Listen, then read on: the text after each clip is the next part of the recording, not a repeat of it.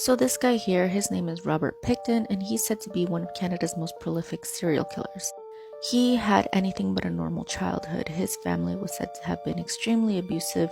They were also quite poor. Him and his family lived on a farm in Port Coquitlam, which is about 30 to 40 minutes away from downtown Vancouver. He also had a sister and a brother, but her sister was sent away to Vancouver because her family didn't think it was appropriate for her to live on a farm, so it was just Robert and his brother. Unfortunately, his childhood was anything but easy. He was abused and bullied in school. Shortly after his mother and father died, one right after the other, Robert and his brother had to make a decision about what to do with the farm. So they decided to separate parts of the land and sell most of it for a huge profit, making both of them multimillionaires. The parts that they did keep were said to have been extremely neglected. But in 1996, they founded a non-profit charity called the Piggy Palace Good Times Society with the Canadian government. They claimed that it was going to be used to manage special events, fundraisers, dances, and shows. However, that was very far from the truth. They were actually using it for raves and wild parties, which was actually frequented by local biker gangs and a lot of sex workers from the east area of Vancouver.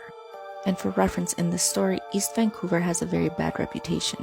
It's basically like Skid Row in Los Angeles. There's a very big homeless and sex worker population around there.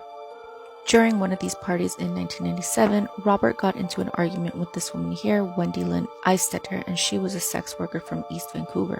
He had handcuffed her and stabbed her and was later charged with attempted murder. However, those charges were later dropped.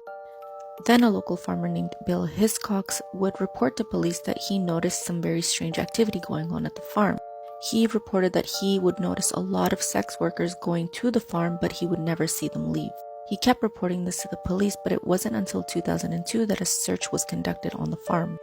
That's when police found tons of items belonging to women across the farm. And after running DNA on these items, they discovered that there was DNA of at least 26 women who had been reported missing, most of them being sex workers from the East Vancouver area. By 2005, Robert Pickton had been charged with 26 murders. And during his confession, he detailed how he did this.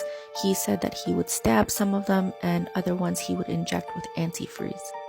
After they were dead, he would grind up their bodies and then feed them to the pigs on this farm. Although he was charged and convicted of 26 murders, it's suspected that he killed 49 women after telling a cellmate that was actually an undercover officer that he had killed that many and that his only regret is that he had not killed 50 because he wanted to make it an even number. And today he's serving life in prison.